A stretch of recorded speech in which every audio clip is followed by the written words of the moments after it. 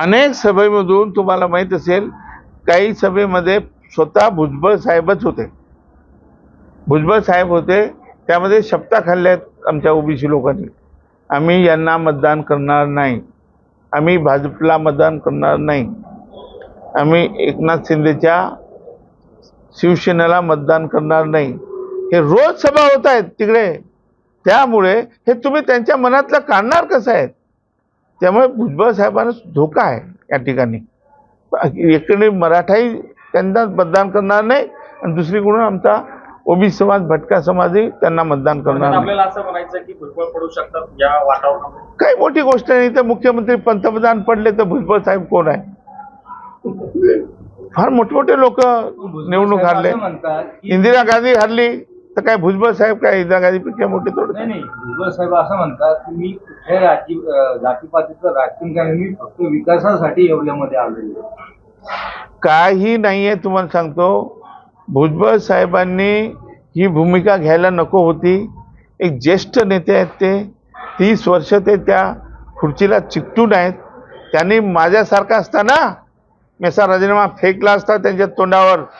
राजीनामा दिलाय म्हणतात ते. एवढा खोटारडेपणा, एवढा खोटा असा राजीनामा कोणी देत असतो का? काय काय खेळ आहे का? भातुकलीचा खेळ आहे का? आम्ही राजीनामा दिलाय आणि ते म्हणतात तुम्ही आता सांगू नका पत्रकारांना. हे अशा पद्धतीने हे सगळं नाटकं असतात. असे खूप लोक. राजीनामा द्यायचा असेल तर तुम्हाला कारण सुद्धा देता येत नाही. मी माझ्या मंत्रीपदाचा राजीनामा देत आहे एवढंच द्यायचं असते. एवढं लिहिलं असता. द्या ना, तुम्हाला कोण रोखलंय? आज देऊ शकता तुम्ही राजीनामा. तुम्हाला हा समाज डोक्यावर घेईल. पण हे असा दुटप्पीपणा, अशा प्रकार फसवणूक, अशा प्रकारचं लोकांच्या भावनेला भडकवून दोन समाजामध्ये तेढ निर्माण करून एका समाजाची सहानुभूती घेण्याचा हा प्रयत्न आहे. आणि हे भुजबळ साहेबांना जड जाणार आहे. इकडे तुम्हाला मराठा समाज तर दूर गेलेलंच आहे. आणि आता ज्यावेळेस कळेल, ज्यावेळेस आमच्या भटक्या मुक्तांना, ओबीसींना कळेल, अरे हरिभाऊ राठोडची भूमिका चांगली आहे, सगळ्यांना आरक्षण देण्याची आहे, धक्का लागणार नाही, जो धक्का लागलाय तो त्यांना काढायचा आहे, ही भूमिका घेतली आम्ही. आणि म्हणून परत मी सांगतो, भुजबळ साहेब आमचे काही दुश्मन नाही आहे. भुजबळ साहेब माझी काही लढाई नाही आहे, आमचा काही संबंध नाही इथे येवल्यामध्ये. परंतु एक ज्येष्ठ नेते आहेत, ते स्वतःला ओबीसी नेते समजतात ना, तर ओबीसीचं कल्याण करण्याच्या ऐवजी ओबीसीला डुबवण्यामध्ये ते निघाले आहेत. 20 वर्ष कुठे गेले होते? मागच्या वर्षी जेव्हा मागच्या अधिवेशनामध्ये एक बिल आणलं की प्रायव्हेट एज्युकेशनमध्ये, प्रायव्हेट संस्था ज्या आहेत, कॉलेजेस, याच्यामध्ये मागासवर्गीयांना फी माफ असणार नाही, त्यांना स्कॉलरशिप मिळणार नाही, त्यांना कुठलंही आरक्षण असणार नाही. तेव्हा हेच भुजबळ साहेब कुठे गेले होते? यांनी त्या बिलावर या राज्य सरकारला मदत केली आहे. का विरोध केला नाही त्यावेळेस? तुम्ही अशा पद्धतीने हे सगळं काही केलं नाही आजपर्यंत. काय सांगावं त्यांनी की मी ओबीसीसाठी हे केलेलं आहे. एखादी गोष्ट सांगावी की ते म्हणतात मी मंडळ. अरे कुठे मंडळ आयोग? शिवसेनेचा त्यावेळेस विरोध होता मंडळ आयोगाला. तुम्ही शिवसेनेत होता.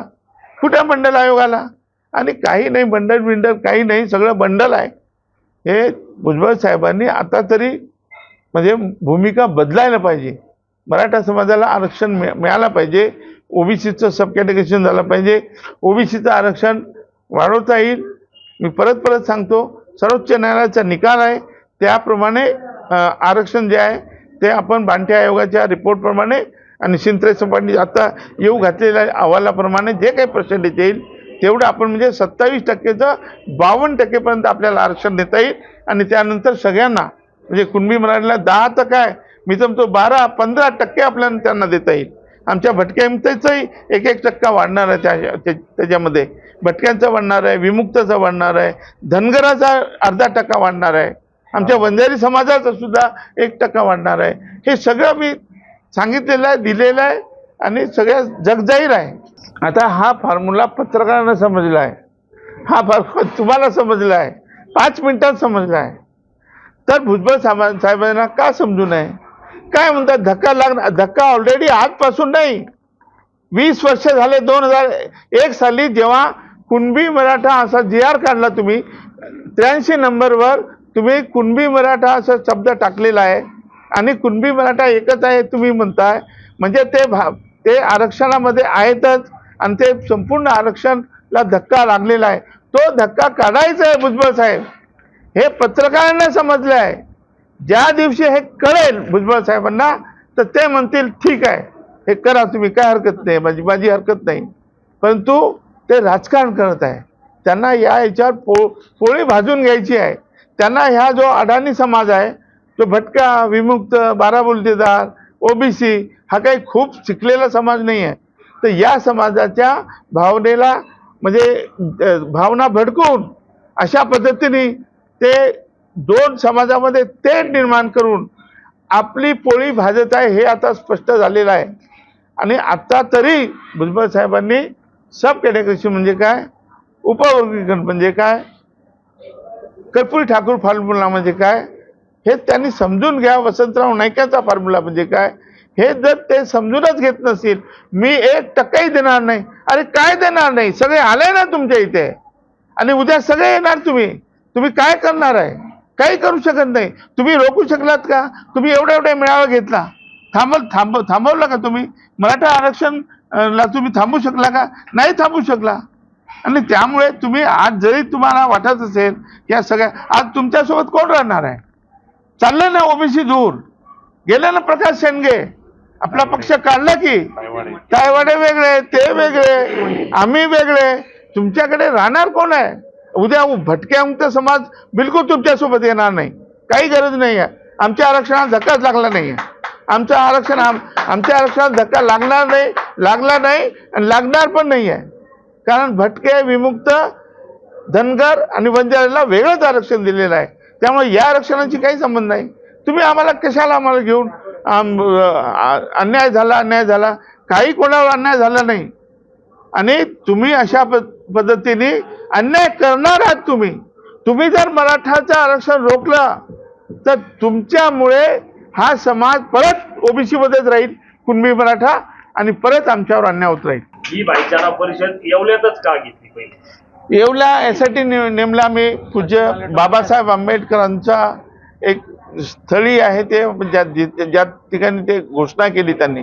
दुसरं आमचे माननीय भुजबळ साहेब यांचा हे माहेरघर आहे म्हटलं, बालेकिल्ला आहे म्हणा, या त्यांचा मतदारसंघ आहे. तर तिथूनच आम्ही आमचे जे भटकेमुक्त समाज फार मोठा आहे. इथे मोठ्या प्रमाणात आमचा समाज आहे, भटकेमुक्त समाज आहे, OBC आहे, मूळ 28 जाती. आणि इथून त्यांच्या कानावर गेलं पाहिजे की बाबा रे उपवर्गीकरण म्हणजे काय. माननीय भुजबळ साहेब तुम्ही जरा अभ्यास करा. तुम्ही ज्यांना भारतरत्न दिलेलं आहे मोदी साहेबांनी, त्यांना कशासाठी भारतरत्न दिले आहे की त्यांनी हे आरक्षण वाटून दिलं होतं OBCचं. तुम्ही वाटून द्या. तुम्ही तुमच्या पद्धतीने हे जे आमचा जो मराठा समाज आहे, मराठा आहे, कुणबी आहे, देवा पाटील आहे, पाटीदार आहे, राजपूत समाज आहे, त्यांना एक वेगळा हिस्सा द्या त्याच्यातून काढून. आणि नाही दिला तर ते सगळे आरक्षण खाऊन टाकतील. त्यापेक्षा तुम्ही त्यांना वेगळं आरक्षण द्या. हे जर केलं तर आमच्या OBCला धक्का लागत नाही. एवढी सोप्या भाषेत मी तुम्हाला सांगितलं. अधिवेशन बोलवायची गरज नाही. हे अधिवेशन जर बोलवत असतील तर मागच्यासारखं SC-BC काहीतरी जर करत असतील, ही घोर फसवणूक आहे महाराष्ट्राच्या जनतेची. मागच्या वेळेस 2016 साली 2018 साली त्यांनी SC-BC म्हणून आरक्षण दिलं होतं. आता SC-BC म्हणजे काय? म्हणजेच OBC, socially and educationally backward class. आणि या महाराष्ट्रामध्ये असे कायदे पास होतात, त्याचा तुम्ही लॉंग फॉर्म देत नाही, त्याला तुम्ही मराठीचा शब्द दिला नाही आणि लोकांना SC-BC दिलं. SC-BC काय? SC-BC या देशामध्ये 3च आरक्षण आहे, SC, ST, OBC. हे SC-BC कुठून आणलंय तुम्ही? काय SC-BC? आणि म्हणून अशा प्रकारे आम्ही काहीतरी अधिवेशन घेतो. अधिवेशनची बिलकुल गरज नाही. हे सगळं सर्क्युलरने होऊ शकते आणि भुजबळाने, आणि त्यामुळे कुठलाही कायदा करण्याची गरज नाही आहे. सर्क्युलरने, GRने GRने निर्णय होऊ शकतात, कॅबिनेटने निर्णय होऊ शकतात. त्यामुळे हे जे सांगतायत सरकार की आम्ही एक विशेष अधिवेशन देऊन आम्ही मराठांना आरक्षण देतो असं जर ते म्हणत असतील तर सबसे हे चूक आहे, ही फसवणूक आहे, घोर फसवणूक आहे. हे आम्ही होऊ देणार नाही. याला आम्ही आतापासूनच विरोध करू. काही गरज नाही आहे. आरक्षण तुमच्याकडे आहे. बांटी आयोगाप्रमाणे तुम्ही आरक्षण वाढवा. उद्या सिंत्रे आयोग जे म्हणतील पर्सेंटेज ते त्याच्यात टाका. सुक्रे साहेब, सॉरी सुनील सुक्रे. तर अशा पद्धतीने आपण हे आरक्षण देण्याचा अधिकार राज्य सरकारला आहे.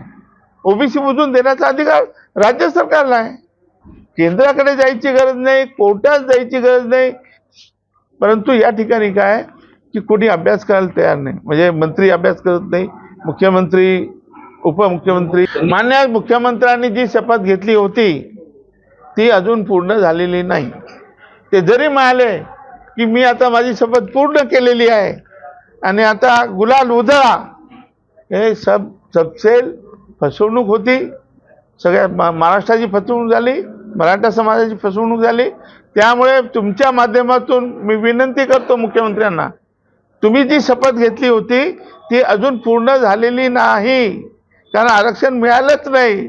तर तुम्ही जे शपथ घेतली होती छत्रपती शिवाजी महाराजांच्या पायाला हात लावून ती तुम्हाला आणखी पूर्ण करायची आहे. आणि ती जो आहे तो फॉर्म्युला जो आहे तो फॉर्म्युला या देशामध्ये ज्याला आपण भारतरत्न दिलेला आहे, कर्पूरी ठाकूर फॉर्म्युला, आणि त्याही पूर्वी खरं म्हणजे वसंतराव नाईकाने हा फॉर्म्युला 1965 मध्ये आणलेला आहे. कर्पूरी ठाकूरने हा 78 मध्ये आणलेला आहे. आणि मान्य शरद पवार साहेबांनी हाच फॉर्म्युला 94 मध्ये आणलेला आहे. आणि तोच फॉर्म्युला घेऊन मी दारोदारी फिरत आहे की अशा प्रकारे हा फॉर्म्युलामुळे आरक्षण देता येईल, मराठ्यांना आरक्षण देता येईल. किती वेळ बोललो मी, 1000 वेळा बोललो असेल मी. आमच्या ओबीसीचा रोष घेतला. ओबीसी लोकांना त्यांना अजून कळत नाही की मी काय बोलतोय.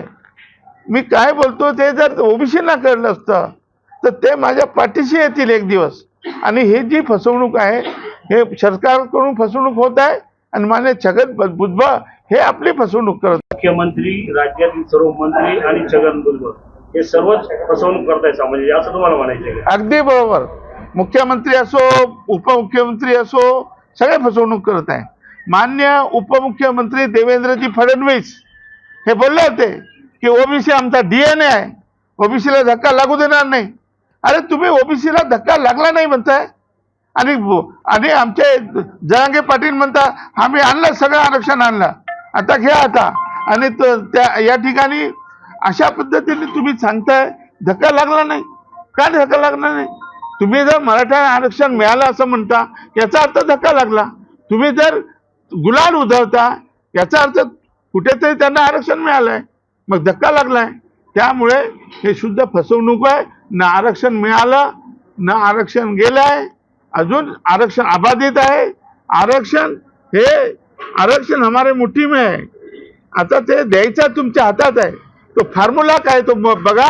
आणि ते आरक्षण बांटी आयोगाच्या अहवालाप्रमाणे 37.70 हा एम्पिरिकल डाटा आलेला आहे तो. आणि आता जे सिंत्रे समितीचा, सुक्रे समितीचा जो अहवाल येणार आहे, राज्य मागासवर्गीय आयोगाचा अहवाल, त्याच्यानुसार जे काही पर्सेंटेज तुम्ही बघितलं, आता 8 दिवस तुम्ही रात्रंदिवस जो सर्वे केलेला आहे मराठा समाजाचा, तर त्याला 10-12% काहीतरी येईल ना. तर ते त्याच्यात ऍड करायचे परत, म्हणजे 27 + 10 + आणखी 10, म्हणजे आपलं आरक्षण जाईल जवळपास 52-53% पर्यंत जाणार आहे ओबीसीचं. आणि त्यात सगळ्यात अकोमोडेट करू शकतो. तर परत मला तेच सांगायचं आहे की आता फसवणूक करू नका.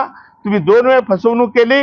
आता मराठ्याची फसवणूक जर केली तर मराठाही तुम्हाला समुद्रात टाकून देईल. ओबीसीची धारणा झालेली आहे की आमचं आरक्षण गेलेलं आहे. आरक्षण हा निवडणुकीचा मुद्दा राहणार आहे.